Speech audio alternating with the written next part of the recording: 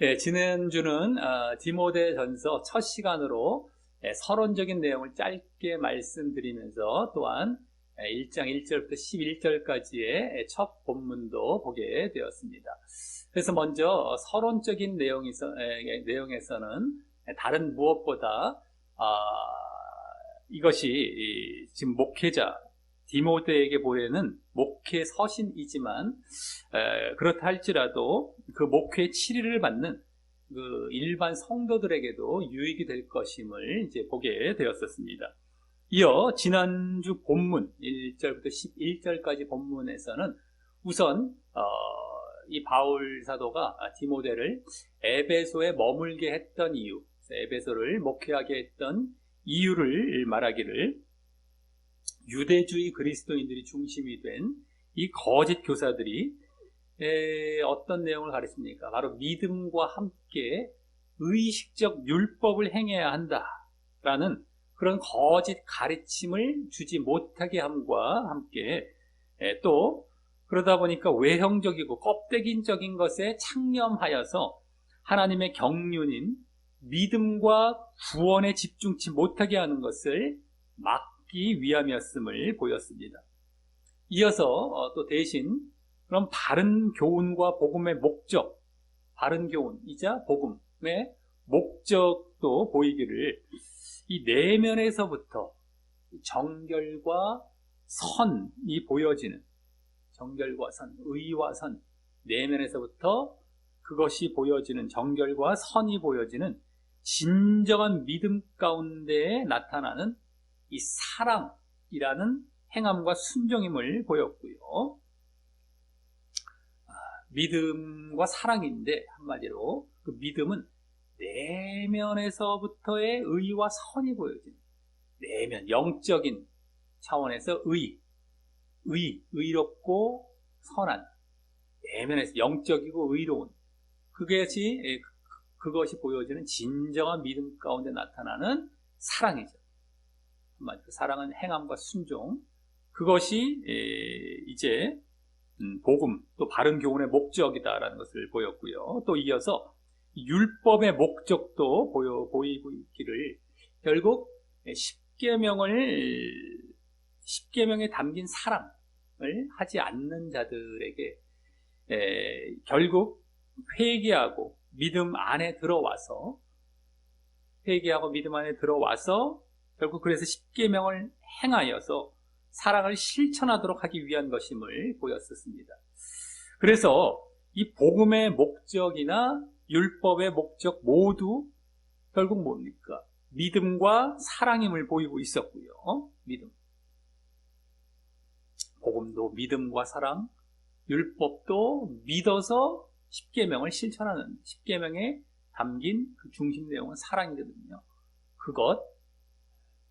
그래서 그것이 복음이나 율법의 목적임을 보이고 있었고, 다만 대립되었던 것은 율법 내에서 의식법, 껍데기죠. 껍데기법. 겉으로 막 행하고 남한테 보이는 것에 치중하는 법입니다. 의식법과 도덕법은 십계명이 대표적인 것이죠. 도덕법의 대립을 보이면서 의식법은 버리고 도덕법은 이제 행하긴 행하는데 결국 믿음에 따른 그 사랑의 기준으로서 이렇게 행하라라는 것이었던 겁니다. 믿음에 따른 행함, 사랑, 믿음에 따른 사랑의 기준이 바로 십계명입니다. 그런 메시지를 지난주 볼 수 있었던 것이었습니다. 오늘은 바울이 지난주 후반부에 율법의 그 목적을 말을 하다가 그 말미에 가서 바른 교훈이란 말도 언급했고요. 바른 교훈. 그리고 또 그 바른 교훈은 바울 자신에게 맡기신 복음을 좇는다. 복음을 따른다. 복음에서부터 나온 그 바른 교훈이다 이런 말이죠. 한마디로 자신에게 맡겨진 복음 이 말 하면서 그 복음에서부터 나온 그 바른 교훈이란 말도 하고 있었는데요. 그 말에 이어서 그럼 우리가 궁금해할 수 있는 그와 같이 주님께서 바울 자신에게 복음을 맡기셔서 그렇게 복음 사역자가 되게 한 복음 사역자의 직무를 맡기시게 된 그 경위에 대해서 말하게 되는 본문이고요. 자신에게 복음을 맡기셨다 했던 말에 이어서 어떻게 자기가 그렇게 복음을 맡은 복음 사역자가 됐는지 그것을 이제 자연스럽게 이어서 그 경위를 이제 말하게 되는 본문이고, 그러면서 그와 또 관련하여 이 디모데, 지금 디모데에게 보낸 서신서니까 디모데에게 신앙적인 권면도 하게 되는 본문인 것입니다. 즉 바울 자신에게는 이제 사역자에 대한 경위, 바울 자신과 관련해서는 사역자에 대한 경위를 말을 하고요. 또 현재 또 지금 사역을 하고 있는 디모데에게는 신앙을 권면하는 그런 본문이다라고 하는 것입니다. 자, 그래서 이런 사실을 알고 이 가운데에 우리에게 주어지는 그런 교훈을 얻도록 하겠습니다. 자, 먼저 12절부터 14절에서는 지난주 말미 그 11절에서 주께서 바울 자신에게 복음을 맡기셨다, 방금 말씀드렸죠. 주께서 복음을 맡기셨다, 바울에게 라는 말에 이어서 이제 잠시 그 바울 자신의 복음 사역자에 된 경위, 그 맡겨진 복음에 의해서 복음 사역자가 된 것이죠, 바울이. 그래서 바울이 그렇게 복음 사역자에 된 경위에 대해서 이제 12절부터 14절까지 해서 말을 합니다. 지금 지난주 3절에서부터 디모데를 에베소에 머물게 한 이유를 말하고 있는 중에 말입니다.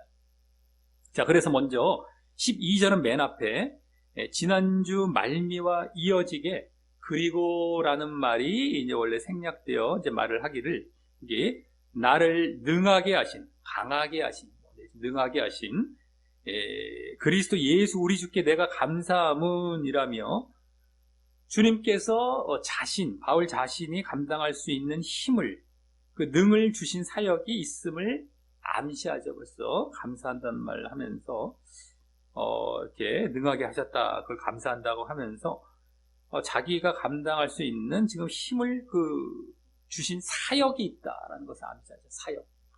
그래서 다음 나를 충성되이 여겨. 충성되이라는 것은 뭐 신실하게, 믿을만하게, 이거죠. 충성되다는 것은 믿을만하다 이렇게 보시면 맞습니다.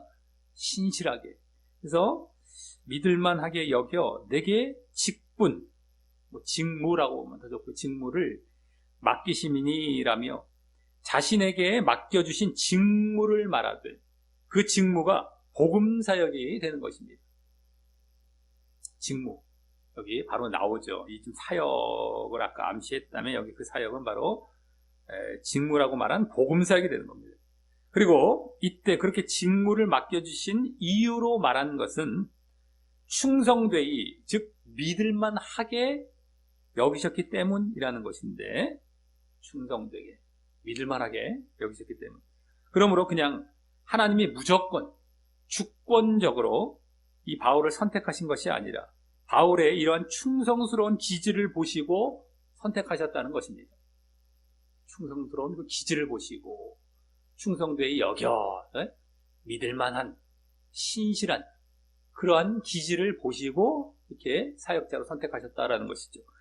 다만 바울이 처음에 이 유대교에서, 지금 기독교, 예수님을 믿기 이전 유대교에서 예수 믿는 사람들을 핍박하는 그런 잘못된 방향에 있었었지만, 그때에도 바울은 그 유대교를 얼마나 열성적으로 섬겼는지, 예수 믿는 사람들을 누구보다 앞장서서 이 색출해내고 죽이려는데 혈안이 되어서 저 그 수리아, 저 북쪽 수리아 다메섹까지 가는 모습을 보였던 것입니다. 막 잡아서 이제 옥에 가두고 죽이고 하려고 막 갔죠. 다메섹까지. 얼마나 열성적이었습니까? 그런데 그 가운데 주님께서는 바울의 그런 순전하고 열성적인 모습을 보시고 그 자리에서 턴을 시키셔서 아주 순전하고 열성적이었어요. 그게 여기 충성되다라는 말이죠. 근데 거기서 그걸 보시고 턴을 시켜서 이제 복음의 일꾼으로 삼으신 것이었던 겁니다. 그래. 완전히 기독교, 예수 그리스도를 대적하는 이런 자리에 있었던 사람인데 그 충성된 기질을 보신 것이죠. 열성적이고 순전한 모습. 그래서 턴을 시키신 것입니다. 그리고 그 다음에 여기 아까 전반절에서 말했던 능력도 주시고 강하게 하셔서 그 사역, 복음의 일꾼, 복음 사역을 잘 감당케 하시는 것이죠. 그래서 혹 바울을 이렇게 사역자 삼으신 것을 하나님의 주권적인 역사로만 보면 안 되는 것입니다. 하나님의 주권적인 역사로만 보면 안 되는 거예요. 그만한 이 기질이 바탕이 된 것이고요. 이 바울도. 그래서 사실 성경의 여러 인물들도 그러했고, 물론 이제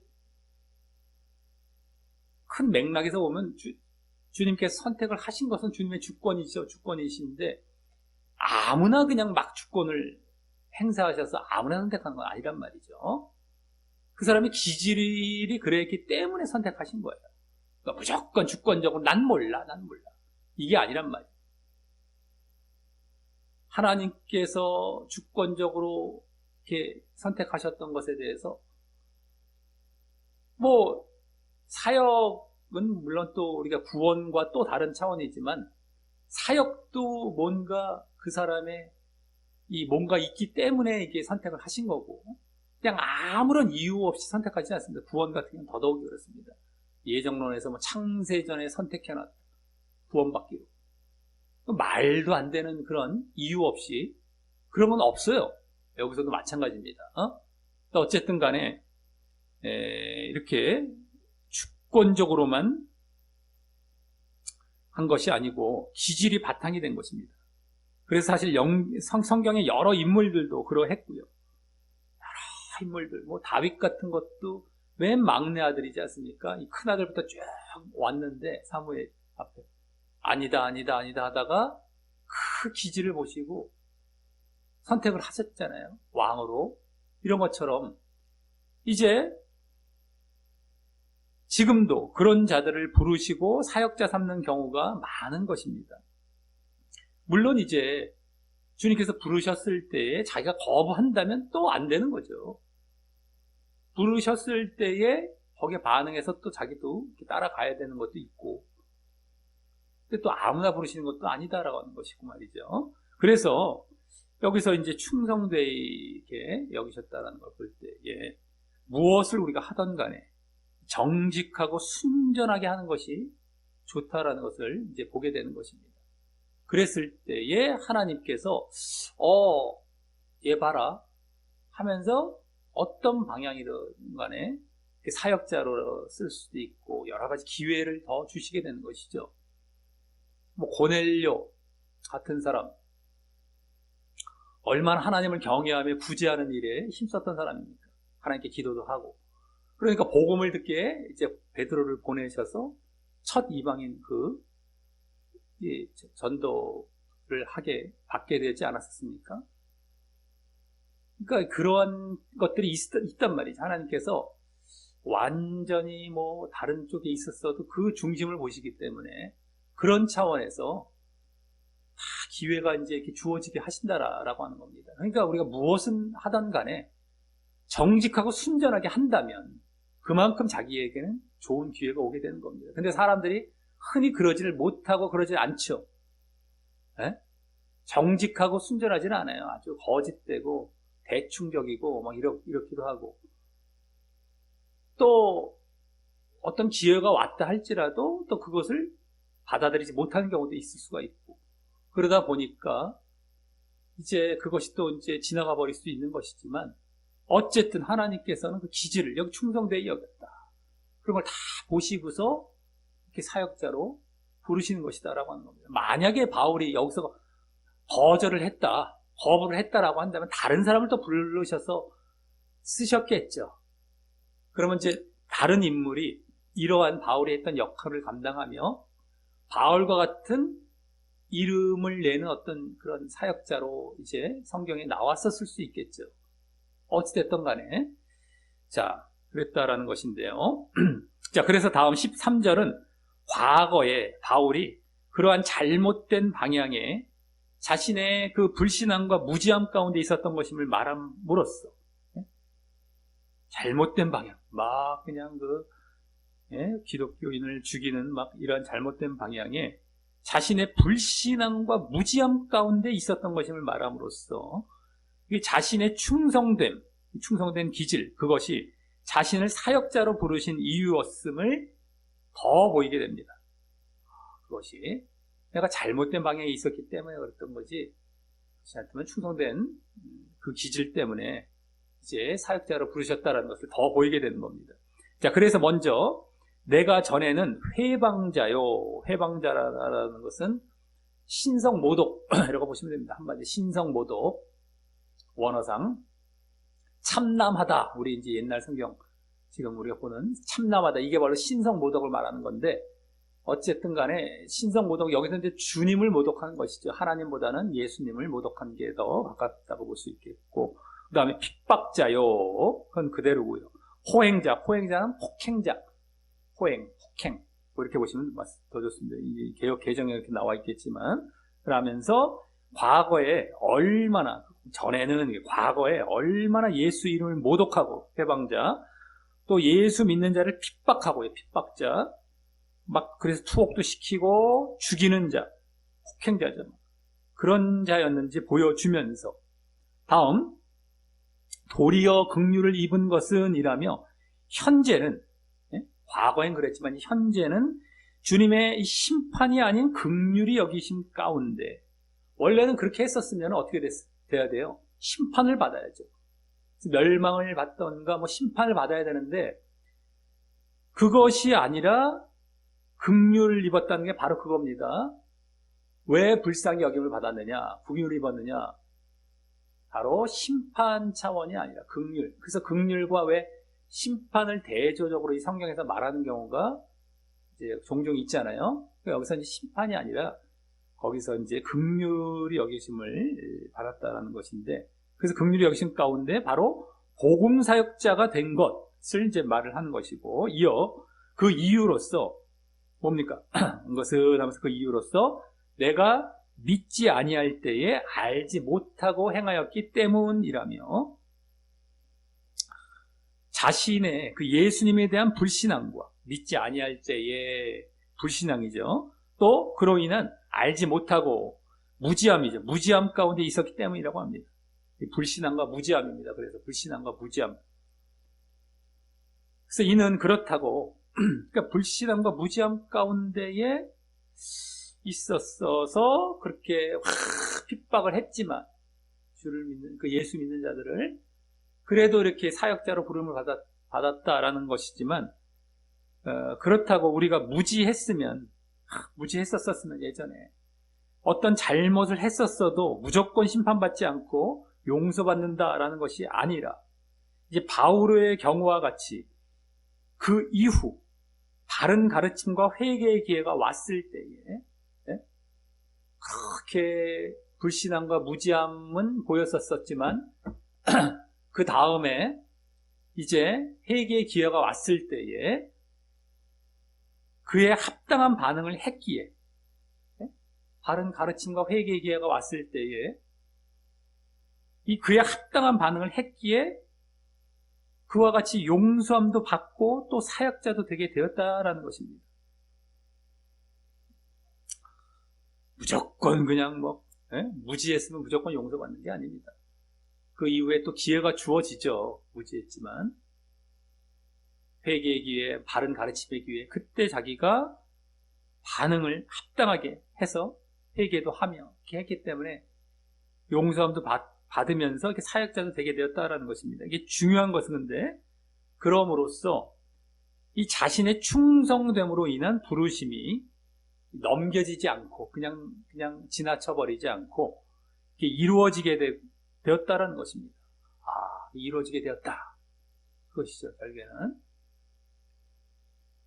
지금 무지함 가운데, 불신앙 가운데 행했고, 자기는 바른 반응을 또 이제 이후에 보여서 결국에는 자신이 사역자가 이제 되는 것이 지나쳐 버려지지 않고 이루어졌다라는 것입니다. 자, 그래서 다음 14절에서는 우리 주의 은혜가, 그 다음에 저 뒤에 나오는 넘치도록 풍성하였도다 라며 자신의 이 복음 사역자로 부르심 받은 것을, 복음사역자로 부르심 받은 것을 이제 넘치는 주의 은혜로 표현하며 찬양하듯 말을 하고, 이때 이 중간에 나온 원어상으로는 이제 원래 말미에 나옵니다만서도 우리 말은 이제 번역하다 보니까 중간에 나왔는데, 거기 그리스도 예수 안에 있는 믿음과 사랑과 함께라며, 이 함께라는 말은 한 복판에서라고 맞습니다. 원어상 예수 안에 있는 믿음과 사랑 한 복판에서 겁니다. 그래서 그렇게 그 믿음과 사랑 한 복판에서 그렇게 사역자로 부르심 받은 것이 네? 그렇게 말을 하면서 그렇게 사역자로 부르심 받은 것이 바울 자신이 믿음과 사랑을 보였기 때문임도 보입니다. 거기 그대로 나왔죠. 그리스도 예수 안에 있는 믿음과 사랑 한 복판에서 주의 은혜가 풍성하였다 넘치도록. 이걸 보면은 바울 자신이 믿음과 사랑을 보였기 때문에 그 믿음과 사랑 가운데에 그 반응을 했던 것이죠. 그 가운데에 이렇게 사역자로 부르심 받았다라는 것이죠. 은혜가 넘치면서 여기 지금. 즉, 그래서 앞서 말씀드렸듯이 바울은 이렇게 부르심과 기회에 합당한 반응을 보여서 자신에게 부르심과 기회가 왔을 때에 합당한 반응, 이 믿음과 사랑이죠. 그것을 보여서 그래서 바른 가르침과 회개의 기회가 왔을 때에 회개를 하며 믿음을 보였던 것이고, 또 그 믿음에서 끝난 것이 아니라 그 믿음이 진정한 믿음임을 증거하는 그 믿음에 따른 행함의 핵심적인 모습인 바로 사랑을 보였기 때문이라는 것입니다. 그래서 아무나 그냥 자신이 무지했었으면 나중에 그냥 무조건 용서함과 긍휼함 받는 것이 아님도 여기서 제대로 보여주고 있으면서 말입니다. 아무나 무지했기 때문에 나 몰랐어요 이러면 끝이 아니란 말이에요. 심판대 앞에서 나 몰랐었어요 라고 끝이 아닙니다. 기회가 주어져요. 그 사람에게 또 그때 그걸 무시하지 말아야 되는데 그걸 무시하고 받아들이지 않았다는 그게 다 자기 책임이에요. 몰랐다가 핑계할 수가 없는 거예요. 여기서 지금 바울은 제대로 된 반응의 모습이 여기 믿음과 사랑으로 지금 말해지고 있는 거죠. 그래서 믿음과 사랑과 함께라는 말을 잘 봐야 돼요. 이것도 그냥 주의 은혜가 풍성했다. 믿음과 사랑도 다 주셨다. 예정론식으로 보기 또 쉬워요. 이것도요. 나를 사역자 삼으신 것도 예정론식으로 보는 데다가 그거와 함께 믿음과 사랑과 또 함께 또 했다 그러니까 그냥 그것까지 다 주셨다. 그 뭡니까 자기는? 믿음도 넣어주시고 사랑도 해. 내가 할 필요 없이 말이 안 되는 거예요 이게 그러니까 성경에서도 보면은 함께라는 말이 한복판에서 그 전치사를 딱 쓰고 있는 걸 잘 봐야 돼요. 그러니까 말이 똑같은 말인데도 달라요. 함께 그 한복판에서 그러니까 우리말로 그렇게 번역한 게 더 맞죠. 믿음과 사랑과 함께라는 건 내가 믿음과 사랑을 행하는 가운데 그 말에서도 그 말 느낄 수 있지만 그래도 막 헷갈릴 수가 있단 말이에요. 믿음과 사랑이란 반응을 보이는 가운데 믿음과 사랑의 한복판에서 그런 가운데 사역자로 부르심 받은 은혜가 넘쳤다. 이게 되는 것이죠. 그래서 바울이 다메섹 도상에서 부르심을 받았을 때에 꼬꾸라지고 과거 회개가 일어난 거죠. 믿음의 반응을 보인 거죠. 사랑까지 나아가게 된 겁니다. 더더욱이 거기서 결론적으로는 그러다 보니까 사역자가 되어진 거예요. 사역자로 이제 세워지게 되고 이루어지게 된 것이죠. 자기가 회개가 안 일어나고 회심이 안 일어나고 유대교에서 기독교로 개종이 안 일어난 상황에서 무슨 사역자가 무슨 되어지겠습니까? 그러니까 합당한 반응을 먼저 보였던 것이고 그래서 거기서 또 사역자가 되어진 것이 이루어진 겁니다. 그걸 잘 봐야 돼. 자, 그러면서 이때 믿음과 사랑 나왔잖아요. 지금 믿음과 사랑이란 말 그대로 지금 나왔죠. 그것은 지난주 바른 교훈 내지는 복음, 바른 교훈이자 복음의 목적, 또 더 나아가서는 율법의 목적까지 바로 그 믿음과 사랑이었듯이 아까 부분에 말씀을 드렸죠. 복음의 목적, 율법의 목적 다 같이 믿음과 사랑이었습니다. 그것이었듯이 바울은 처음 그 복음을 듣고 믿을 때부터 그 목적에 제대로 반응하는 모습을 보였음을, 예? 처음 복음을 듣고 믿을 때부터 그 목적에 맞게, 예? 제대로 반응하는 모습을 보였음을, 예? 지금 이 디모데에게 은연중에 보여주고 있는 것입니다.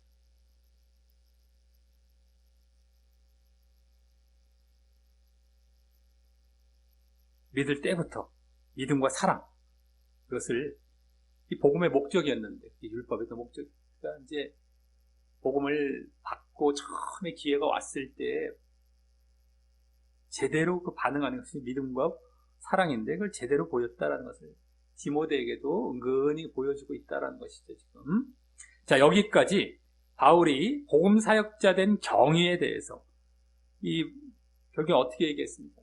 주님께서 자신을 충성되이 여기셨기 때문임과, 또 자신이 불신앙과 무지함 가운데에 회개의 기회가 왔을 때에, 주님으로부터 회개의 기회가 왔을 때에 회개하고 믿음과 사랑을 보였기 때문임을 보였다면, 충성된 것, 그리고 자신에게 기회가 왔을 때 믿음과 사랑으로 반응한 것 때문에 자신이 이렇게 사역자가 되었던 경위를 보여주고 있었던 것이죠.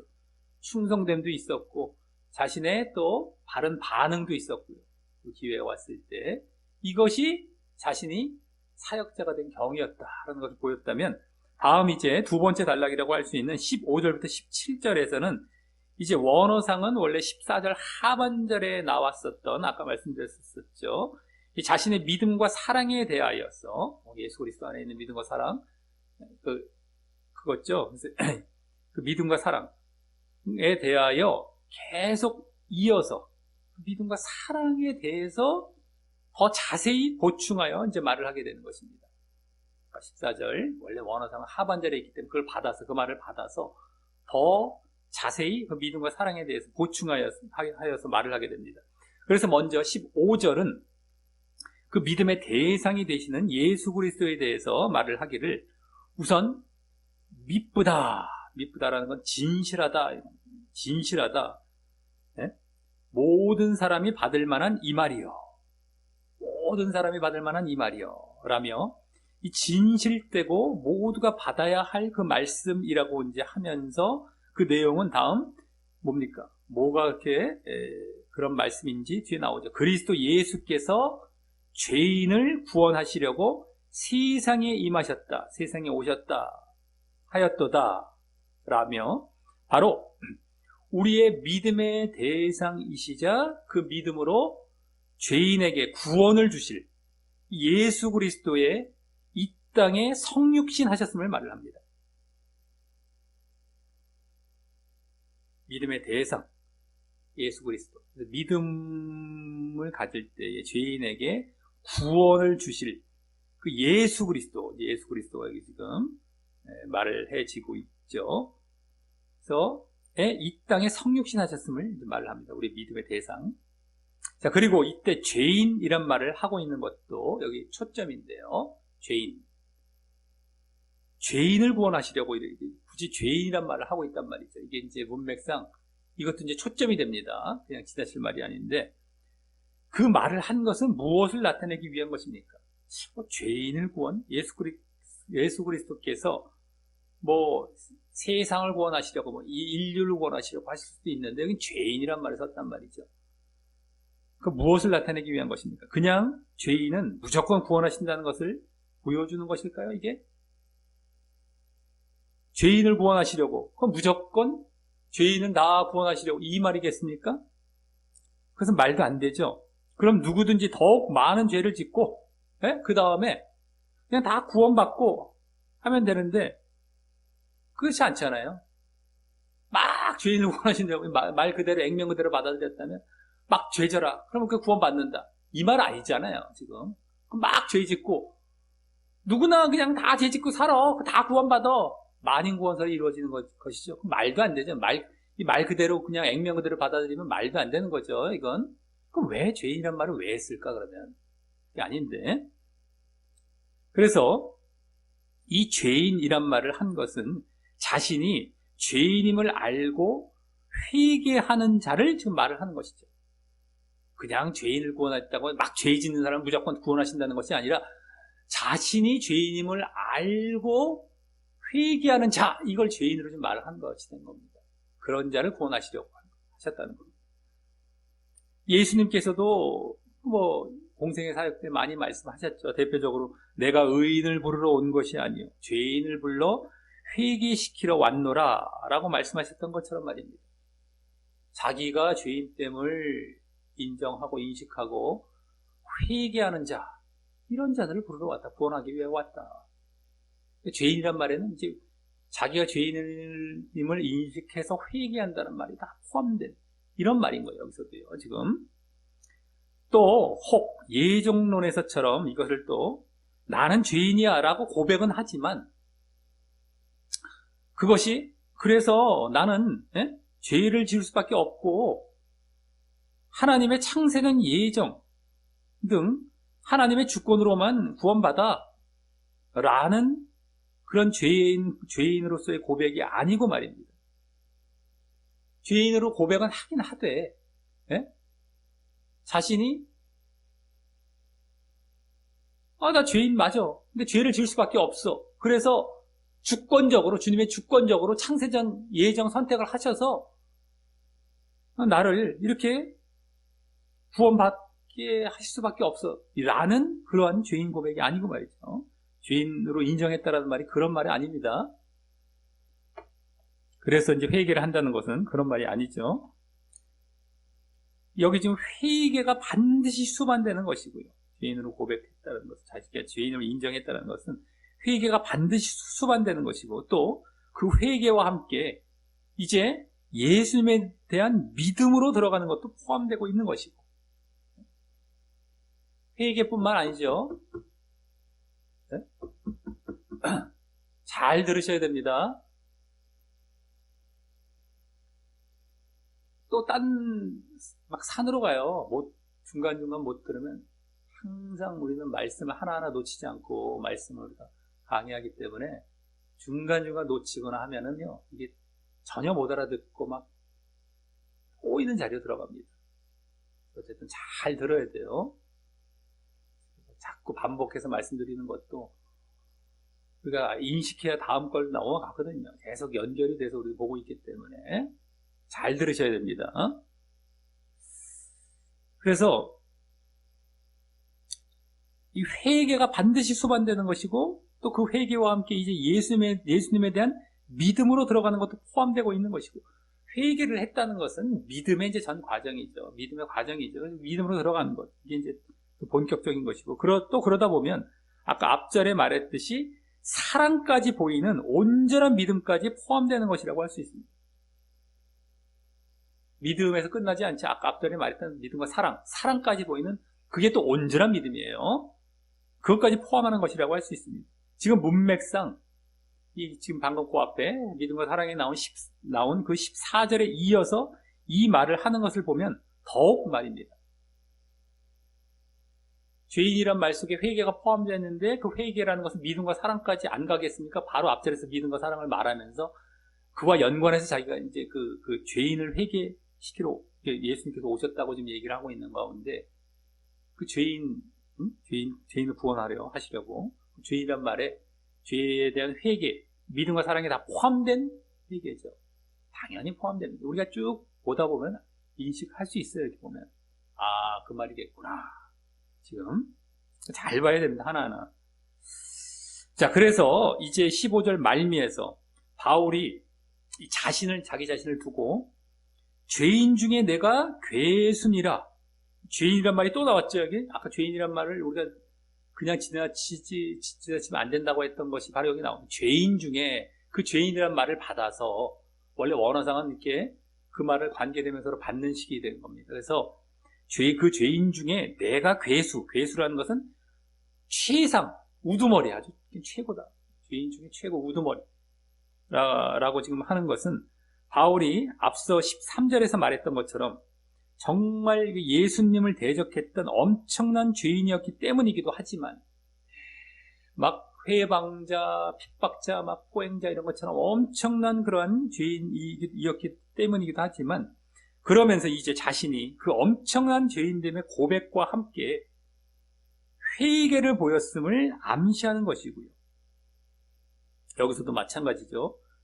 죄인이란 말을 했던 거, 죄인 중에 괴수란, 최고의 죄수, 죄인 뭐 이런 말이에요. 아까 죄인이란 말도 했지만, 죄인을 구원하기 위해서 오셨다고 했지만, 예수님이 나는 죄인 중에 최고다, 최고의 죄인이다. 근데 그 죄인이란 말에 또다시 회개가 포함돼서 자신이 그렇게 죄인됨을 고백하면서 내가 지금 그걸 인식했다는 것이죠. 그러니까 그 안에 회개를 보였음을 암시하는 것이고, 또 그 이후에 또 뭐가 또 포함이 된다? 믿음과 사랑으로까지 나아갔음도 암시가 되는 것입니다. 이 말에서.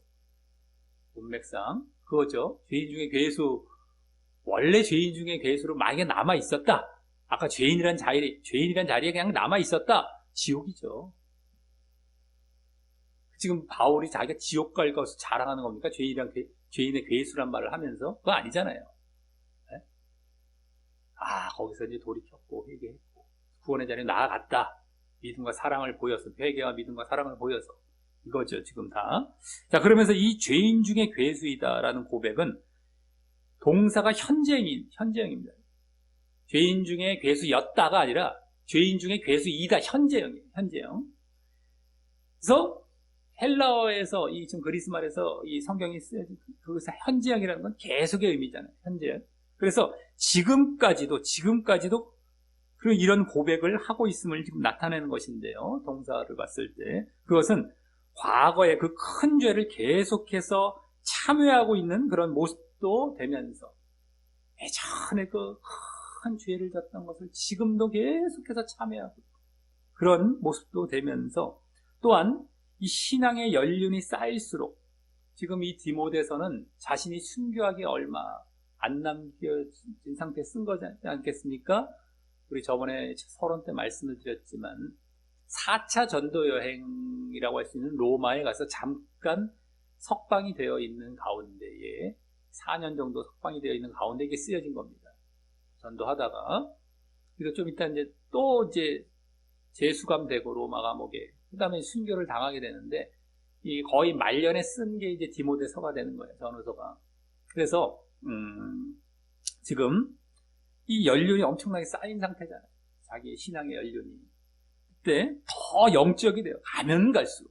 그러니까 더욱 죄에 대해서 민감하게 반응하면서 그 더욱 발견된 그 죄들을 늘 회개한다는 의미도 내포하고 있다고 할 수 있습니다. 그렇다고 해서 가면 갈수록 죄를 더 많이 졌나 보다. 이게 아닙니다. 죄는 더 안 짓겠죠. 결론적으로. 근데 작은 죄에도 아주 마음 아파하는 거예요. 자기가 더 거룩해졌고 더 영적이 됐기 때문에. 아주 쉬운 예로 길을 내지는 길보다도 어디 저기 이렇게 백화점 같은 데나 이런 데 가보면 깨끗하게 청소해놨는데 그 못 버려요. 휴지 같은 거 못 버립니다. 절대 담배꽁초 절대 못 버려요. 깨끗하면. 이런 식이에요. 한마디로. 깨끗한데 못 버리면 조금이라도 만약에 떨어지면 그게 엄청 커 보입니다. 근데 지저분한 데서는 막 떨어져도 아무런 느낌이 없어요. 또 떨어졌고 상관이 없어요. 이런 식이에요. 그러니까 가면 갈수록 정결해졌고 영적이 되었고 한데 더 자그마한 죄도 막 마음에 크게 와닿고 민감하게 반응이 되는 겁니다. 이게 우리의 신앙의 연륜이 쌓이면 쌓일수록 사실 그런 모습이 되어져 가야 돼요. 분명히 죄의 양은 줄었어요. 막 줄였는데 그 죄에 대해서 반응하는 건 더 커졌단 말이죠. 마음 아파하는 것은. 분명히 죄는 안 지는 방향으로 가고 있는데 자그마한 죄라도 이제는 더 민감하게 반응하고 그것마저 싫은 거죠. 죄인의 괴수라는 말이 그런 차원에서 우리가 봐야 되는 겁니다. 아유, 죄를 막 짓는구나. 그리고 너는 죄인이란 또 예정론식으로 그러죠. 죄인의 괴수가 됐으니까 너 봐라. 예정밖에 이게 구원 못 받는다는 고백이구나. 이런 식이 아니고 지금 문맥상도 전혀 그런 것도 아니고 말이죠. 아주 예정론에서는 아주 그냥 현안이 되어 있습니다. 이 전적 타락, 그 예정론의 첫 번째 교리. 여기도 또 갖다 맞추고 갖다 쓰려고 또 준비하고 있겠죠. 뭐 선택, 택함, 부르셨다 뭐 이런 말만 있으면 예정론에서 그냥 안 쓴 구석이 없어요. 다 갖다 썼어요. 말도 안 되게 껴맞춰갖고. 사람들은 또 그런가 보다 막 이러고 있고 말이죠. 예? 앞뒤 따져보지도 않고 말이죠. 제대로 보면 순 엉터리 말씀들을 갖다 쓴 건데 지금도 마찬가지고.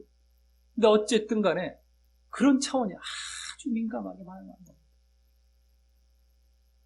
그래서 늘 더 회개도 하고 막 더 앉으려고 하고 이런 거죠. 자, 근데 여기서는 일단 아까 13절에 나왔던 큰 죄인됨, 아주 자기가 막 폭행자, 막 핍박자, 회방자 이런 그 큰 죄인됨의 의미가 여기서는 큰 것이죠. 일단 여기서는요. 그것이 그 같은 의미가 다 내포되어 있었다 할지라도 문맥상은 이제 그겁니다. 그 의미입니다. 여기서는 지금 현재로서는. 자, 그래서 다음 16절에서 그러나 내가 긍휼을 입은 까닭은 이라면서 앞서 13절에 긍휼을 입었다라는 것이 여기 또 나왔죠. 긍휼을 입었다라는 말 또 나왔는데 아까 13절에 긍휼을 입었다는 것이 뭘 나타냈습니까? 심판이 아닌 긍휼이 여기심을 받아서 바로 복음사역자가 된 것이죠. 근데 그것에 대한 여기 입은 까닭은 이러면서 그 이유를 말하기를 일단 예수 그리스도께서 내게라는 말은 다 정확히 내 안에서 먼저 1절이란 말은 온전한 오래 참으심을 보이사라는 것은 가르치셔서 내 안에서 나로 말미암아 이런 말, 나로 말미암아 오래 참으심을 어떤 누구에게 가르치셨다 이겁니다. 보이사 나에게만 보였다 이런 느낌이 있을 수가 있잖아요. 우리말만 싹 보면. 근데 내 안에서의 그 오래 참으심을 가르치셨다, 드러내셨다 이거예요. 다른 사람들에게도 이런 의미입니다. 원래 여기서도 그런 의미도 읽을 수 있지만 그냥 쉽게 볼 때는 그냥 내게만 어떻게 나에게만 어떻게 이런 느낌을 갈 수가 있지만 그게 아닙니다. 원래는 내 안에서 오래 참으심을 다른 사람에게 다 가르치셨다, 드러내셨다 이런 차원이에요. 어쨌든 자, 그러면서 이제 이 주님의 오래 참으심, 인내라는 말을 하는데 그 온전한 오래 참으심, 여기 1절 오래 참으셨다, 온전한 오래 참으심이라는 것은 그 큰 죄를 지은 바울을 당장 심판하지 않으신 것을 나타내는 것으로서 큰 죄. 완전히 지금 1절 온전한 오래 참으심 아니셨으면 그냥 끝장내셨어요. 심판하시고 그냥. 예? 근데 그렇게 당장 심판하지 않으신 것을 나타내는 것으로서 그래서 아까 앞서 긍휼이란 말과 같은 차원에서 그 긍휼의 내용이 되는 것으로 말을 한 것이죠. 어떤 긍휼일까? 오래 참으셨다. 어떻게 불쌍히 여기셨을까? 오래 참으셨다. 당장 심판하지 않고. 심판과 긍휼은 반대 차원입니다.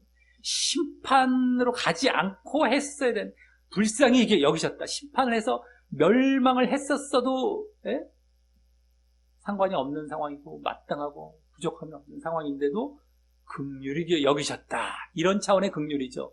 괜히 누구를 그냥 이유 없이 긍휼이 아니라 심판과 대조해서의 긍휼. 얼마나 악을 행했고 죄를 지었는데 심판이 아니라 긍휼. 근데 오래 참으셔서 이렇게 하셨다는 것이죠. 그래서 또 그 오래 참으심 가운데 바울을 부르시고 오래 참으시는 과정 가운데 바울을 부르시고 회개의 기회를 주신 것이 포함되는 것입니다. 여기 오래 참으셨다라는 말 속에는 그 안에 바울을 부르시고 회개의 기회도 주신 것 다 포함된 오래 참으심이죠. 이게 잘 봐야 되는데 이게 문맥을 볼 때 이제 뒤에도 보면 그게 안 될 수가 없습니다. 다른 사람에게 이제 보온이 된다 뭐 이런 얘기 나오거든요. 이제 이게 다 그건데 자 이제 그에 대해서 그런 기회가 왔을 때 부르심과 기회가 왔을 때 그것에 대해서 바울은 바르게 반응하여 회개와 함께 그 다음 단계가 믿음과 사랑이죠. 믿음과 사랑도 보였던 것이고 말입니다. 그것이 다 이 안에 들어가 있는 것이죠. 이제 내포되어 있는 의미가 되는 거죠. 회개, 또 믿음과 사랑도 아까 다 나왔던 말입니다. 직접. 자, 그리고 여기서 그 오래 참으심을 바울 안에서, 네 개라고 했지 않습니까? 아까 바울 안에서라고 했잖아요. 바울 안에서 가르치셨다, 보이셨다, 아까 가르치셨다라고 한 것은 이 다른 사람들을 위한 것임이 이제 보여지는데, 아까 말씀드렸죠. 그래서 다음 16절 하반절은 그렇게 오래 참으심을 가르치신 목적으로, 그렇게 드러내신 목적으로, 거기 뒤에 후에라고 하는데 원래 그 말은 없지만 어쨌든 후에 주를 믿어 영생 얻으려는, 더 정확히 겁니다.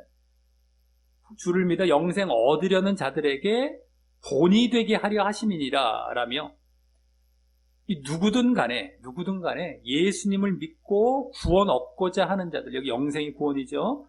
예수를 믿고 구원을 얻고자 하는 자들에게 어떤 본을 보이려고 했다라는 것인데, 어떤 본이 되겠습니까? 어떤 본이냐면 바로 바울과 같은 어떤 큰 죄를 지은 자라 할지라도 주님은 긍휼의 마음으로 오래 참으시사, 당장 심판하시지 않고 이렇게 긍휼의 마음으로 오래 참으시사 회개하고 돌아와 당신을 믿으면 구원받게 하신다는 그 본이 되는 것이고요. 긍휼과 오래 참으심. 그래서 회개하고 돌아와서 믿음 안에 들어오면 구원받게 하신다. 믿어 구원, 믿어 영생이 나왔잖아요. 믿음과 구원. 그대로 지금 우리가 말씀드리는 거예요. 믿어 영생 얻으려는 자들. 여기 지금 믿음과 구원이 나옵니다. 믿음이 다 나왔어요. 그런 자들에게 본이 돼요. 암만 큰 죄를 지었었어도 다시 이제 회개가 믿음 안에 들어오면 구원, 영생. 그런 본, 하신다는 본이 되는 것이고, 또 더 나아가 바울과 같이 사역자도 되게 하시는 본이 되는 것입니다. 더 나아가서 일단 믿음과 영생 정도로 끝나도 되는데, 본이란 말은 자기가 사역자 된 것까지도 본이 될 수 있잖아요. 그런 것까지 더 나아가서 그것도 되게 되는 것이죠. 그리고 여기 이제 믿음과 구원을 말을 한 것, 믿음과 영생, 그것을 말을 한 것을 보면 믿음과 구원입니다. 아까 16절 상반절에 오래 참으심이나 아까 15절에 또 죄인이란 말 속에 그 믿음 이전에 회개죠. 먼저 회개. 믿음 이전에 그 회개를 비롯해서 이제 여기 아예 믿음이 내포되어 있었음이 이제 여기서 직접 드러나는 것이고요. 여기서 믿음과 구원을 직접 여기 말을 하고 있는 걸 보면, 아까 죄인, 괴수, 죄인이란 말을 했죠. 여기 오래 참으시고, 그 다음에 이런 말 속에는 여기 직접 말을 하고 있지 않았었지만, 그냥 죄인이 구원받는다는 얘기가 아니잖아요. 죄인이 회개해서 믿음 안에 들어왔을 때 구원받는, 그런 자를 구원하시려고 예수님이 오셨다. 그러니까 오래 참으심. 이것도 오래 참으심을 보여서 본이 되게 하셨다는 건 이 안에 오래 참으실 때 기회 주시고 그때 회개하고 믿음 반응 보이는 것 다 포함된 차원의 오래 참으심을 말했다는 것이 이 뒤에 딱 다 드러난 겁니다. 지금 말씀드린 거고요.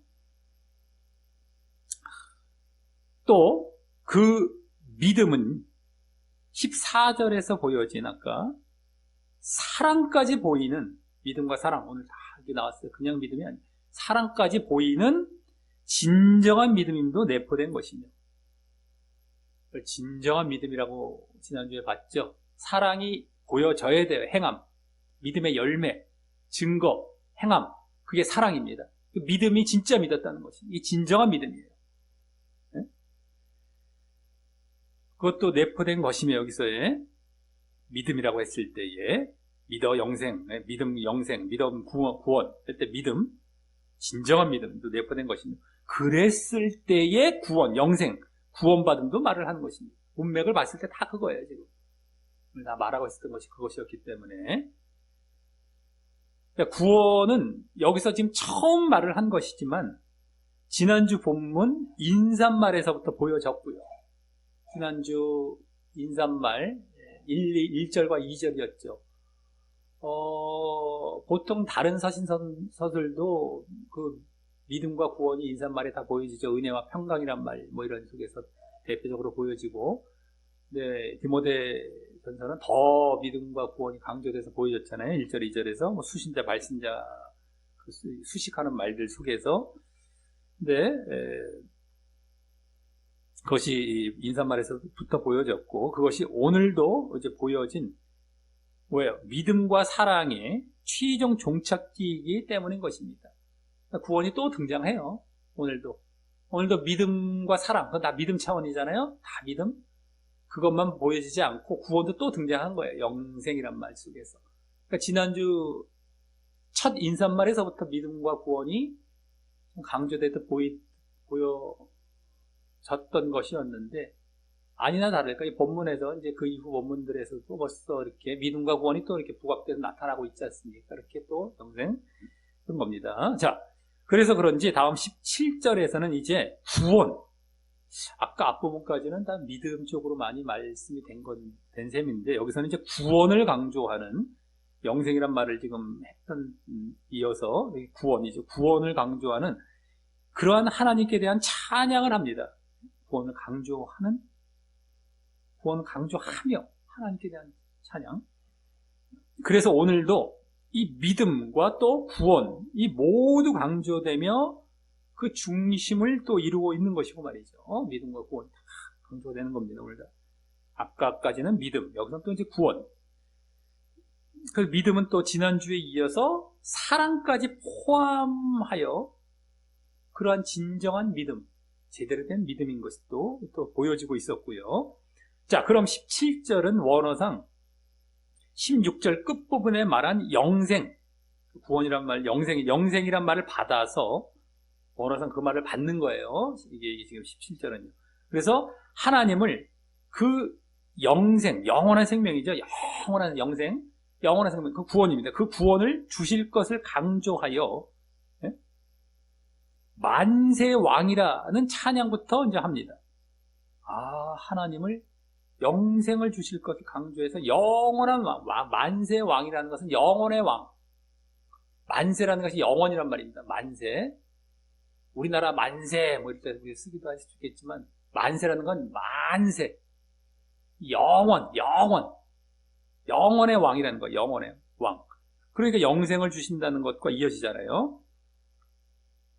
그 다음, 그 영원하심에 대한 근거, 지금 영원의 왕이라고 했는데, 영원하심에 대한 그 근거가 되는 표현을 이제 세 가지로 이제 묘사를 하는데요, 거기.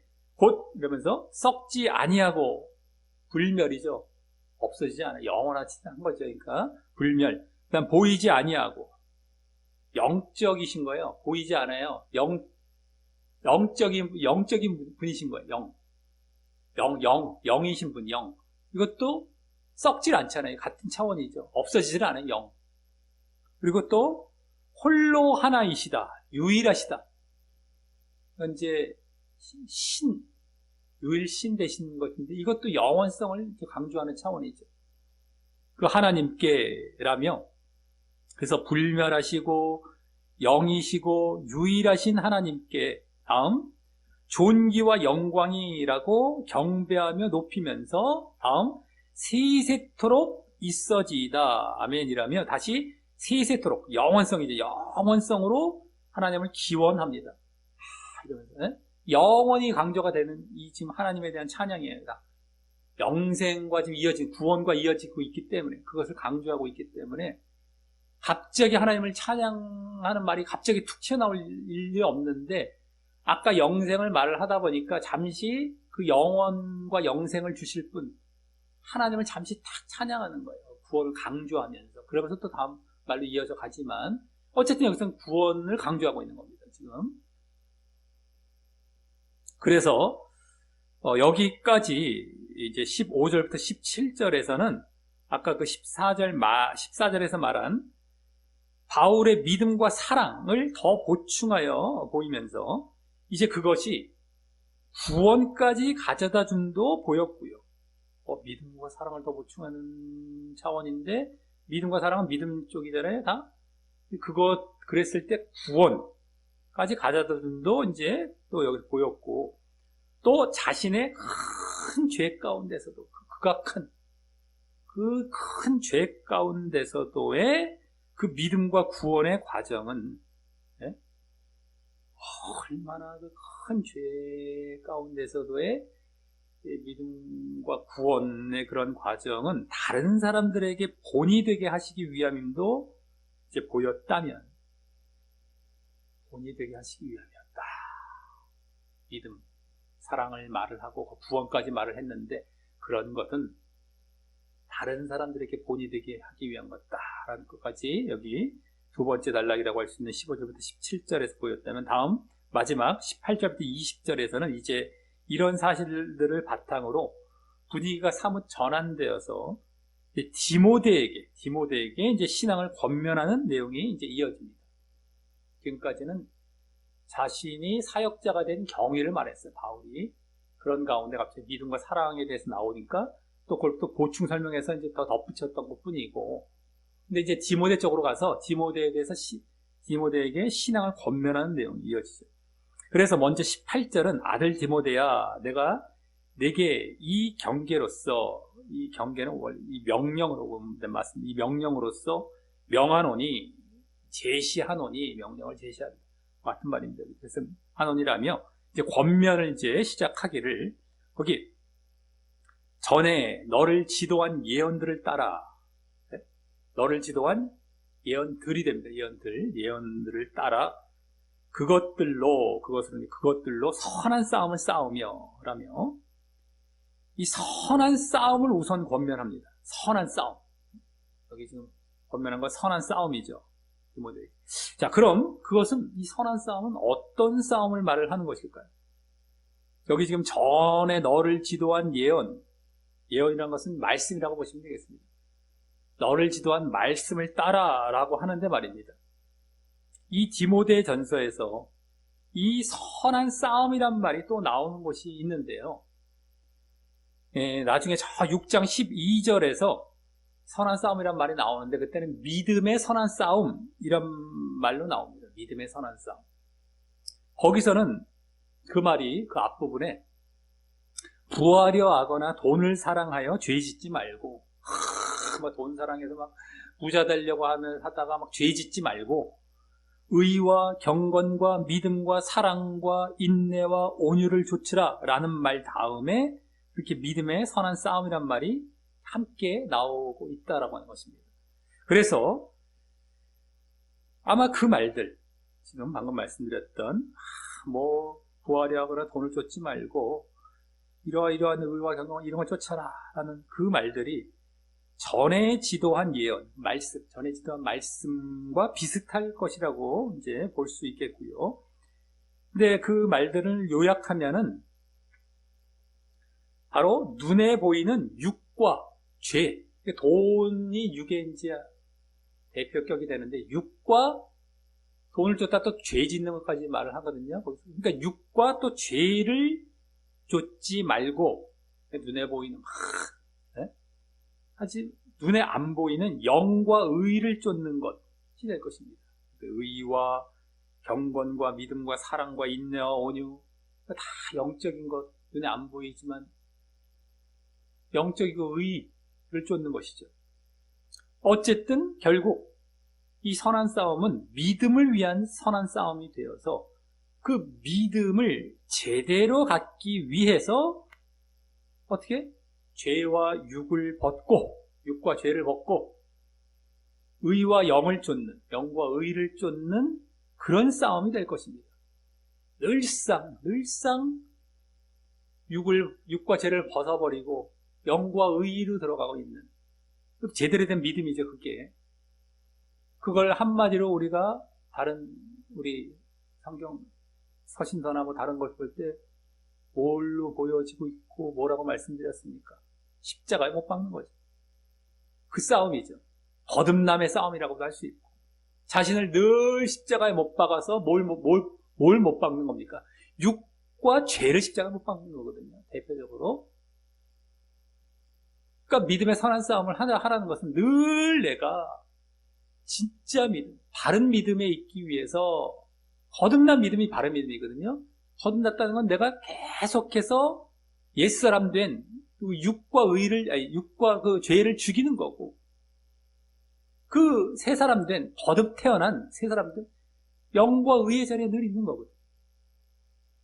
그 싸움 하라는 것이죠. 문맥상으로도 이제 그게 되는 겁니다.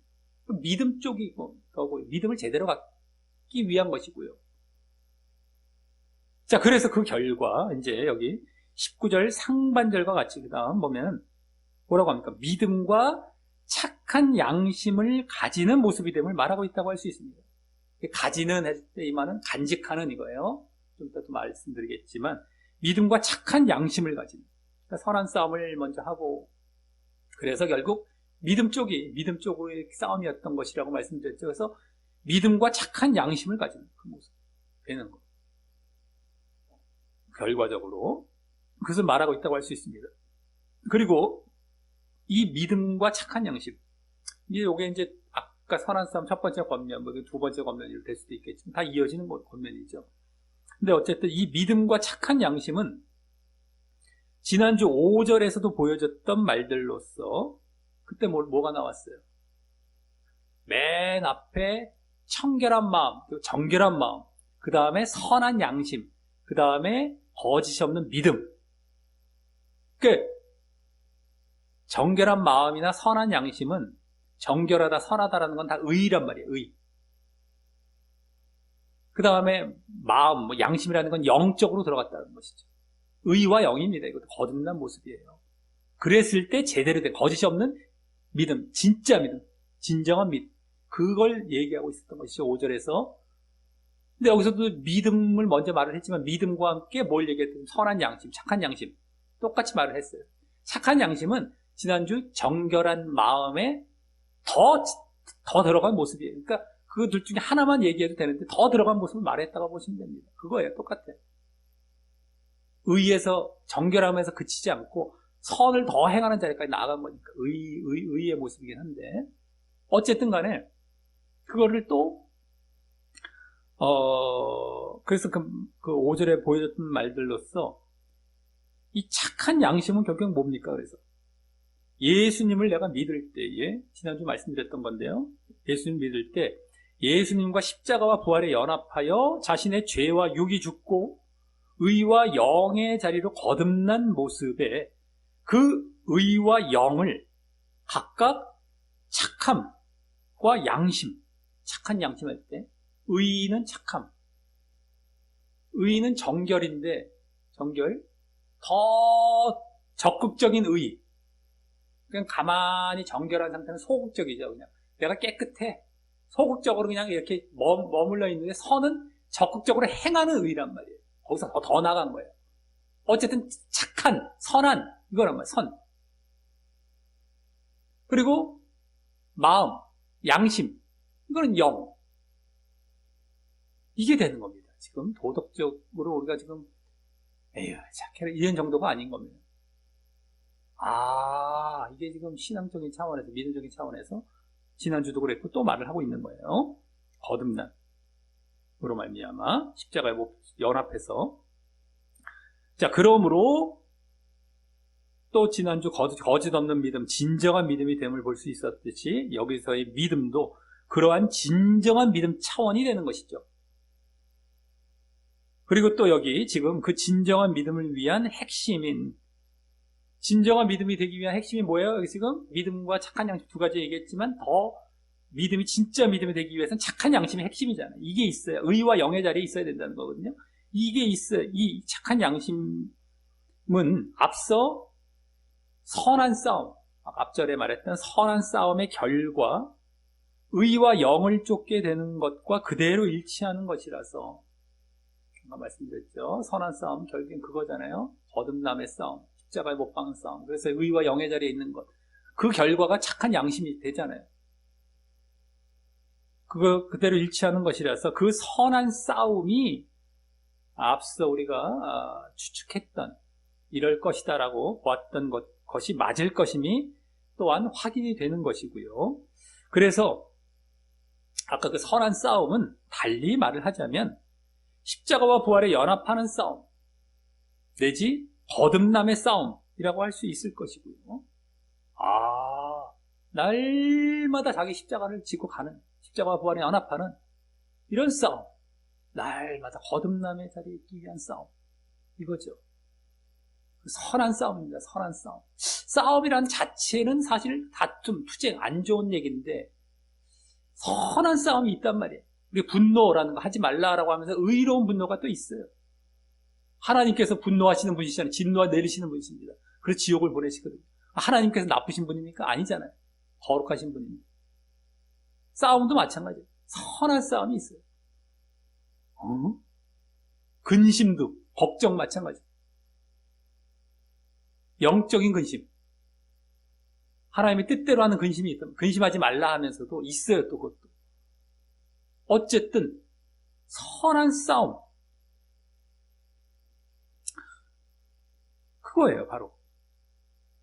그래서 우리가 늘 싸우는 것은 뭐예요? 자기와의 싸움이죠. 자기와의 싸움하고 늘 십자가 지고 부활 연합하는 싸움.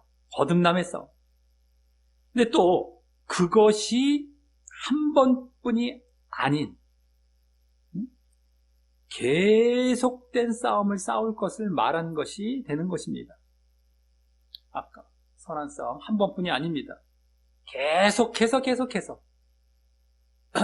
선한 싸움을 싸우라는 것도 그것도 현재형이라서 이제 그럴 것이고, 그래서 여기서도 지금 가지라라고 했잖아요. 믿음과 착한 양심을 가지는 것, 그 간직하는 이라고 말씀드렸었죠. 간직한다, 소유한다, 계속 가지고 있다라는 거예요. 네? 그래서 그러한 계속된 싸움의 결과 계속 이 상태를 유지하는 거예요. 뭐예요? 이 상태가 착한 양심을 가진 진정한 믿음의 상태죠. 그것을 유지하라는 것이 되고 말이죠. 계속해서 우리 믿음은 한 번 믿으면 끝이 아닙니다. 뭐 저절로 또 간직되는 게 아니에요. 선한 싸움을 늘 싸워가며 늘입니다. 계속해서. 그래서 계속해서 이러한 착한 양심이 보여지는 거듭난 진정한 믿음, 이것이 또 유지가 되는 이거예요. 근데 이제 거짓된 가르침에서는 한 번 믿으면 영원한 믿음이야. 그 사람들은 나중에 보면 그거 쫓아간 사람들은 믿음이 하나도 없다는 게 증명이 되는 겁니다. 말씀도 제대로 본 적이 없고 제대로 모르기 때문에. 그러니까 지옥 가는 거예요. 다. 아주 당장은 편안하잖아요. 아무것도 할 필요 없다라고 하니까 얼마나 편안해요. 거기다 막 죄져도 구원받는다고 하니 이것처럼 좋은 게 어딨습니까? 믿음도 뭐 엉망으로 대충 뭐 가진 것처럼 여겨주죠. 죄져도 된다고 그러죠. 이것처럼 좋은 게 없어요, 세상에. 근데 성경에서는 그거 다 하지 말라고 하고 그거 다 지옥이라고 하는데 어쩌면 그렇게 반대로 가르쳐 놓고 다 지옥을 보내는지, 배나 지옥 자식 만들고 있는지요. 지금도 뭐 수도 없이 쫓아갈 거예요. 뭐 알아서 하라는 겁니다. 지옥 가고 싶으면 알아서 하라는 거예요. 이건 뭐 누가 어떤 방법을 통해서 뜯어 말려도 안 말려져요. 자기가 말씀 듣고 제대로 자기가 확인을 하던, 자기가 회개해서 돌이키지 않는 이상은 누구도 할 수 없어요. 그러니까 알아서 하라는 거예요.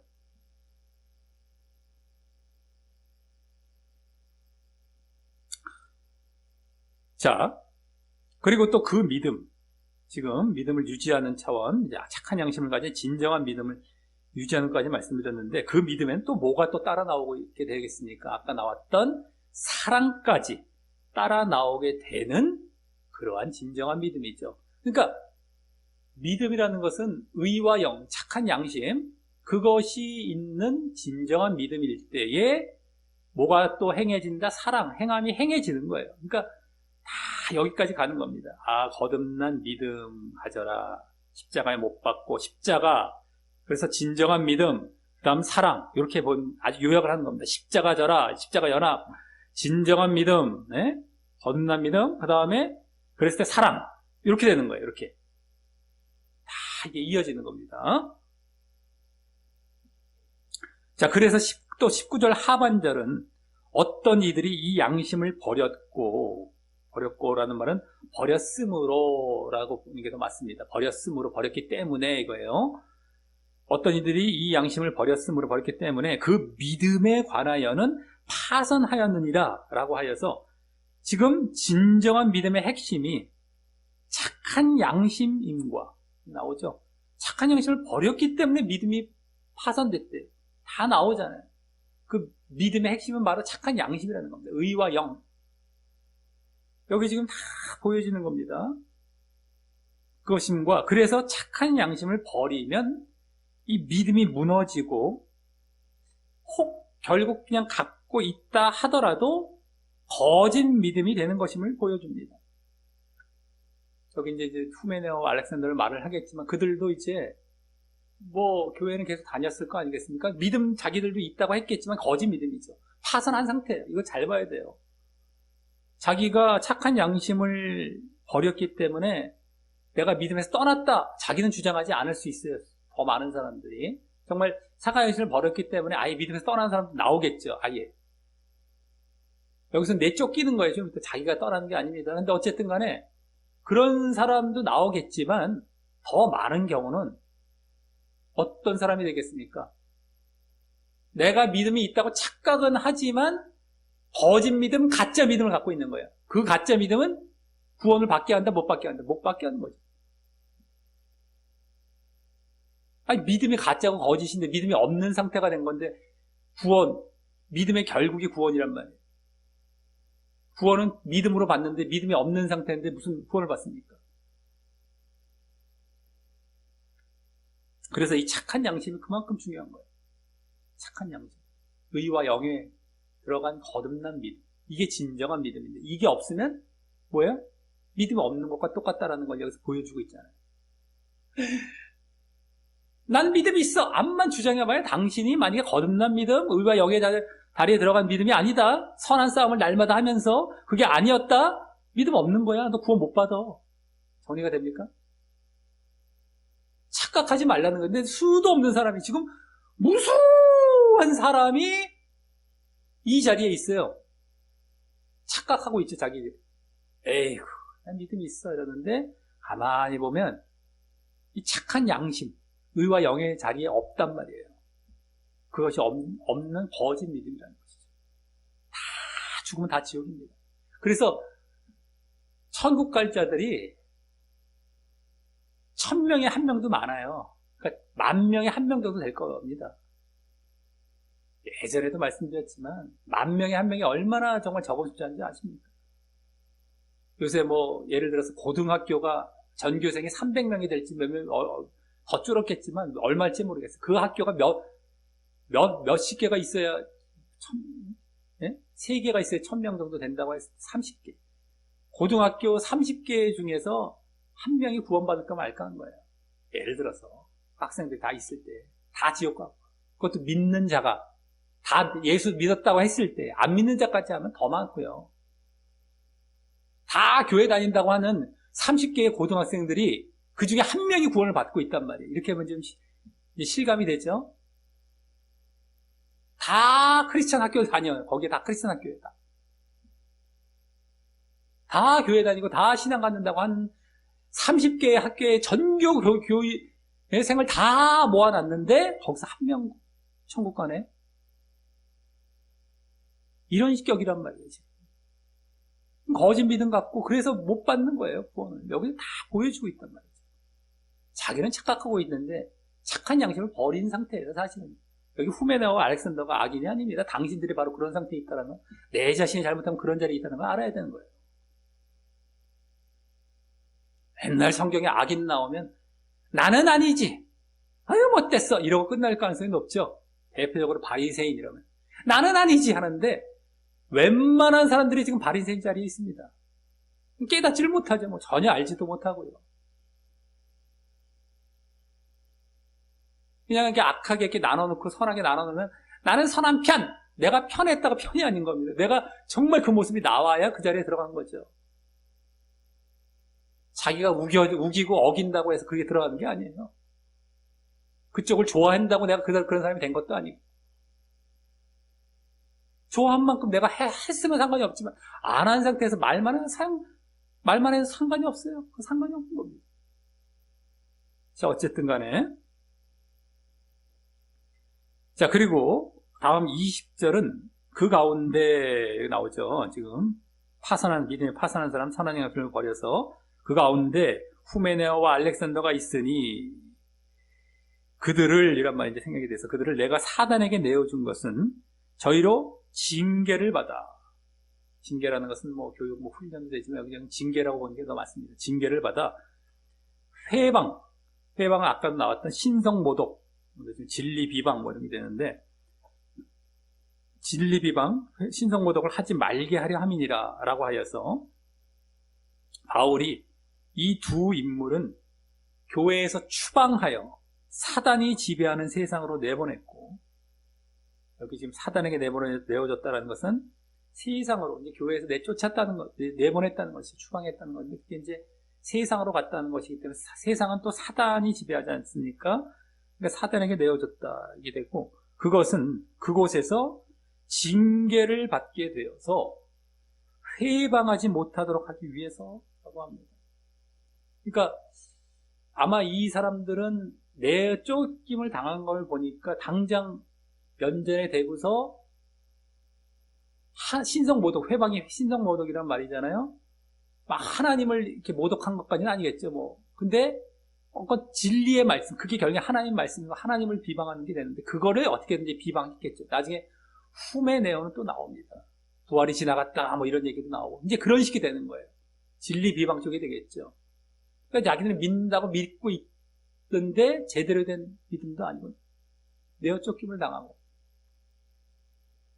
그래서 징계를 받아 회방하지 못하도록 하기 위해서라고 합니다. 여기 징계는 저들이 이제 육과 죄를 쫓는 자가 된 거잖아요. 착한 양심이 없다고 했으니까. 착한 양심은 영과 의와 영인데 그게 없어요.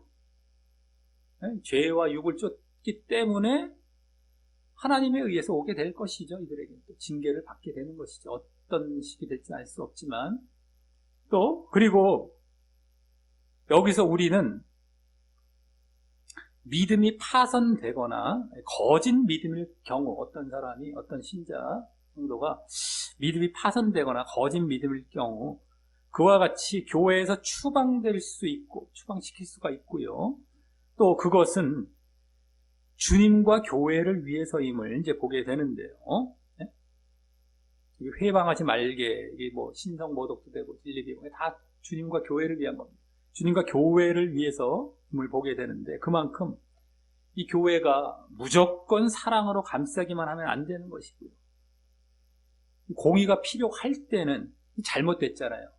그러니까 주님과 교회를 보호할 필요가 있단 말이에요. 대변하고 그럴 때 공의가 필요한 거죠. 그럴 때는 공의를 보여서 도려내는 거죠. 공의를 보여서 교회를 보호해야 함을 볼 수 있는 것입니다. 지금 근데 사실 그런 경우 별로 없죠. 그냥 벌벌벌벌 떨면서 한 명이라도 갈까봐 두려워하잖아요.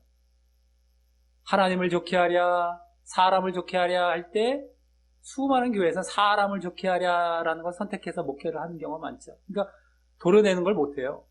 그러니까 하나님을 좋게 하랴 했을 때에 이건 말도 안 되는 지금 하나님에 대한 모독이고 이게 교회를 무너뜨리고 했을 때는 당연히 도려내야 되는 거란 말이죠. 공의. 근데 그걸 못하고 있단 말이죠. 사랑이라는 걸 또 내세워서, 명분을 내세워서. 근데 왜 공의는 보질 못하냔 말이죠. 정의와. 사랑만 있으면 안 되는 거예요. 우리가 사랑만 있으면 안 되고, 공의가 어우러진 사랑입니다. 공의도 마찬가지죠. 공의만 있으면 안 되고, 사랑이 어우러진 공의죠. 하나님의 특성은 다 그거예요. 근데 지금 공의는 아예 보일 생각도 안 하고, 사랑만 이제 주로 보이려고 하는데, 거기에 공의가 빠져 있잖아요. 수많은 경우. 그러니까 엉터리 사랑을 하고 있는 거죠, 지금. 수많은 교회에서. 그러다 보니까 문제도 엄청나게 이제 커지게 되고, 골마 터지고 말이죠. 다 같이 골마 터지는 자리로 나가는 거예요, 교회가요. 다 같이 골마 터져요. 다 같이 지옥으로 가는 겁니다. 도려낼 때 도려내야 되는데, 자기가 폭탄을 안고 있는 거, 폭탄은 버려야 되거든요. 내가 사랑이라는 명분으로, 사랑이라는 구실로, 내가 사랑 많은 거를 보여주기 위해서, 남에게 사람한테 내가 보여주기 위해서, 자기 자랑입니다. 따지고 보면. 그것도 다 자기를 좋게 보이기 위한 거거든요. 그게 다. 공의를 행해서 내쫓으면 자기가 얼마나 나쁜 사람 취급당하고 오해당하겠습니까? 근데 그걸 다 감수해서라도 하나님을 위해서라면 하는 거예요. 근데 그러지 않단 말이죠. 좀 수많은 경우. 자, 그걸 어쨌든 여기서는 또 볼 수 있다라는 것입니다. 자, 이로써 오늘은 지난주 말미와 이어져서 바울의 사역자 된 경위와 함께 바울이 사역자 된 경위, 또 현재 사역자인 디모데에게 신앙 권면을 하는 그런 본문을 보았습니다. 사역자 바울 자신에게는, 디모데에게는 신앙 권면, 물론 그도 좀 사역자이긴 했지만 신앙 권면. 자, 그래서 먼저 바울의 복음 사역자 된 경위는 주님께서 자신의 충성된 기질을 보셨기 때문입니다. 또 불신앙과 무지함 속에 엄청 극악한 박해자였던 가운데 자신이 회개의 기회가 왔을 때 회개하고 믿음과 사랑을 보였기 때문임을 보였습니다.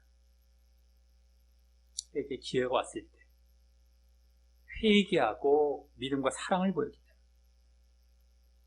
충성된 기질을 보셨기 때문도 있고, 자신이 엄청 극악한 죄 가운데 있었지만 기회가 왔을 때 반응을 제대로 한 거죠. 회개하고 믿음과 사랑을 보인 것, 그 때문임을 이제 볼 수 있었습니다. 이어서 그 바울의 믿음과 사랑, 그렇게 보였다라는 믿음과 사랑을 더 보충하여 보이기를 주님이 오래 참으심 가운데 바울을 부르시고 회개의 기회를 주셨을 때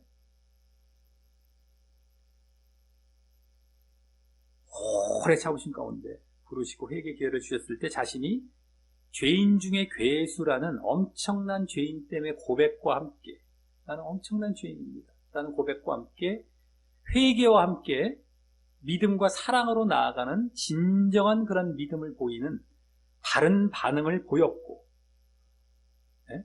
그래서 이제 믿음과 사랑, 회개와 믿음과 사랑, 이게 보충이 되는 건데, 또 그랬을 때에 구원까지 받음도 강조하고 있었습니다. 구원까지 더 보여주고 있었죠. 구원. 그랬을 때에 믿음과 사랑은 이제 믿음 차원이고, 구원까지 강조하고 있었으며, 또 그 모두는 믿음, 사랑, 구원, 믿음과 구원, 이거는 어떤 큰 죄를 지은 자라도 주님은 긍휼의 마음으로 오래 참으시사 회개하고 당신을 믿으면 구원받게 하시려는 그 본이 됨도 보였었습니다. 본이 되게 하는 것, 누구든 간에 이렇게 자신을 통하여서 바른 반응은 물론 보여야 되겠죠. 회개하고 믿음, 사랑 보여야 되는 것이고, 그 본, 그러면 구원받는 겁니다. 아무리 큰 죄를 지었다 할지라도. 자, 다음 이 사실들을 바탕으로 디모데에게 한 신앙 권면에서는 이제 믿음을 위한 선한 싸움까지 말을 하여서, 선한 싸움, 믿음을 위한 싸움이 믿음을 위한 것입니다. 그래서 죄와 육을 벗고 의와 영을 쫓는 싸움을 하며, 그러므로 의와 영의 자리에 있음을 나타내는 착한 양심을 가진 진정한 믿음을 보이되, 또 계속된 싸움으로 계속 그 상태를 유지하라 라고 했고요. 계속 선한 싸움으로 계속 착한 양심을 보이는 그 진정한 믿음을 보이라, 그걸 유지하라 라고 했고, 그렇지 않고 이 착한 양심 내지 의와 영의 모습을 버리면 믿음이 무너지거나 거짓된 믿음이 되어서, 그러면 교회에서 추방되어 징계를 받을 수 있음도 보였습니다. 이 교회에서 추방된다는 것은, 징계를 또 받는다라는 것은 결국에는 심판까지도 나아가게 된다는 겁니다. 자, 이를 볼 때 오늘 바울이 자신의 사역자 된 그 경위를 말하는 가운데서는 무슨 일이든 충성되라는 것과 무슨 일이든 충성돼야죠. 나를 충성되이 여기셔서. 그래서 무슨 일이든 충성되이 여기라는 것과 또 회개의 기회를 놓치지 않고 결국 믿음과 사랑이라는 진정한 믿음을 보여야 함과 놓쳐서는 안 됩니다. 믿음과 사랑이라는 진정한 믿음을 또 보여야 함과 그랬을 때에 구원받게 됨이 보여졌다면 디모데에게 한 그 신앙 권면을 말하는 가운데서는 의와 영을 조차 착한 양심을 가지는 진정한 믿음을 보이라. 그 진정한 믿음은 뭐다? 의와 영, 착한 양심. 그게 보여지는 진정한 믿음 말을 했죠. 아까 디모데 자신에게는 믿음과 사랑이 보여지는 진정한 믿음. 여기서는 착한 양심, 의와 영이 보여지는 진정한 믿음. 물론 사랑은 믿음 후고 의와 영은 믿음 전이죠. 어쨌든 전부분. 그래서 그것과 디모데에게는 또 그것을 계속 유지하라. 그렇지 않으면 교회 밖 사단에게 추방되는 것과 같이 구원을 받지 못함을 볼 수 있었던 겁니다. 구원을 받지 못할 수 있다는 것. 구원을 받지 못해요. 사단에게 해방 못하도록 내쫓기는 거예요. 믿음의 공동체에서. 또 사단에게 가는 겁니다. 이건 뭐 지옥으로 가는 겁니다. 멸망을 향해 나가요. 구원받지 못하면 쪽이죠. 물론 아직까지는 뭐 회개 기회가 있을 수 있지만 죽기 전이니까 일단 방향은 그쪽인 거예요. 구원을 받지 못하는 방향입니다. 자, 이는 지난주 보여진 바른 교훈의 목적이자 복음의 목적인 믿음과 사랑이 다시 강조된 데다가 아까 바울 자신을 말할 때 사역자 된 경위를 말할 때 믿음과 사랑이 다시 강조된 데다가 이번에는 그랬을 때 구원으로 나아간다는 사실이 더 보여진 것이고요. 거기다 그러한 믿음과 사랑이 보여지는 진정한 믿음의 원천은 오늘도 착한 양심이란 말 속에 보여진 의와 영을 쫓는 모습임이 지난주와 동일하게 또한 보여진 것이고 다만 이번에는 뭐예요? 의와 영도 보여졌어요. 아까 믿음과 사랑도 지난주처럼 보여졌는데 믿음과 사랑은 그 결국이 구원이라는 걸 더 보여줬고 여기 의와 영도 지난주처럼 보여졌어요. 디모데 쪽으로 해서 착한 양심. 근데 이번에는 그것의 지속성을 더 요구하고 있었다라고 하는 것이 또 좀 다른, 또 좀 더 나아간 거죠. 지속성, 의와 영인데 착한 양심의 지속성. 믿음과 사랑은 구원까지 나아간다는 것. 이게 다 보여진 겁니다. 그러니까 전체적으로 종합해보자면 뭡니까? 착한 양심, 의와 영을 보이는 그러한 믿음, 진정한 믿음이죠. 그랬을 때 사랑, 믿음과 사랑. 에? 사랑까지 나아갑니다. 사랑했을 때, 믿음과 사랑이 그렇게 나왔을 때 구원. 이런 네 단계죠. 의와 영, 믿음, 사랑, 구원. 이게 다 보여진 겁니다. 구원이 오늘 더 추가가 된 셈이고, 물론 이제 구원도 지난 인사말에서 강조가 됐지만, 본격적으로 그 뒷본문에서는 나오진 않았지만, 여기 나온 거고요. 구원. 또 의와 영, 맨 앞에 있는 의와 영은 뭐예요? 지속돼야 돼, 지속. 그러니까 계속해서 구원을 이루어가는 거죠. 이게 지속이 되어서 구원을 맨 마지막 구원을 이루어가는 거예요. 계속해서. 한 번이면 뭐 무조건 다 끝났다. 이런 말도 안 되는 거짓 가르침에 빠지면 100%, 1000% 지옥입니다. 그거 알아서 하라는 거예요, 알아서. 더 이상 말 안 할 테니까. 알아서 하세요. 그거 뭐 쫓아가고 싶으면 쫓아가라는 거. 너무너무 좋죠. 듣기는 좋고 따라가기 너무너무 좋죠. 무조건 지옥 가 있으니까 알아서 하라는 거예요.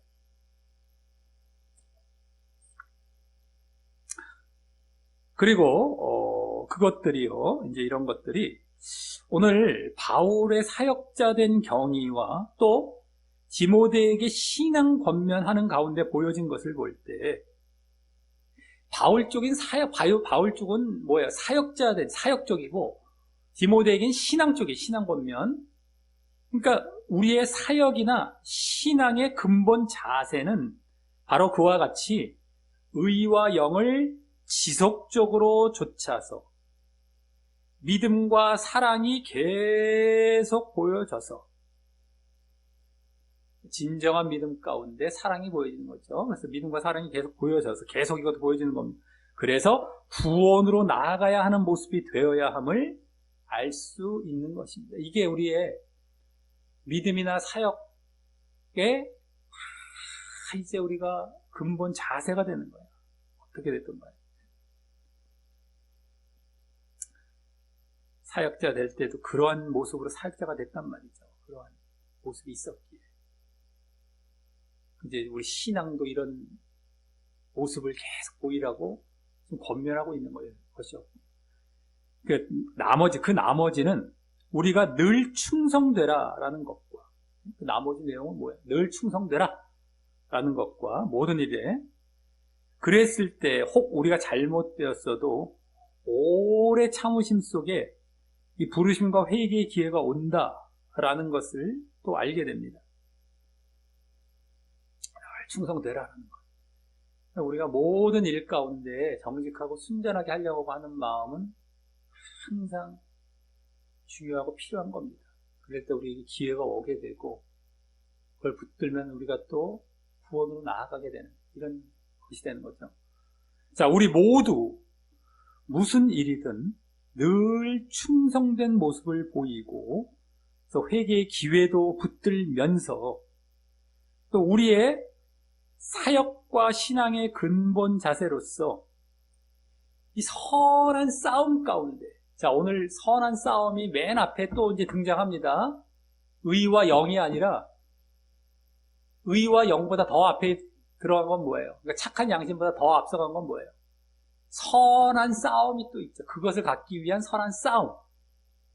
그러니까 내가 날마다 애쓰고 투쟁하고 노력해야 된다는 거예요. 그랬을 때 의와 영, 착한 양심의 자리에 들어가는 것이죠. 그래서 선한 싸움 가운데 의와 영을 지속적으로 좇아 이 믿음과 사랑이 계속 보여지는 이러한 진정한 믿음이 유지되며, 그러므로 구원으로 나아가는 모습을 늘 보이시기를 예수님의 이름으로 간절히 축원합니다.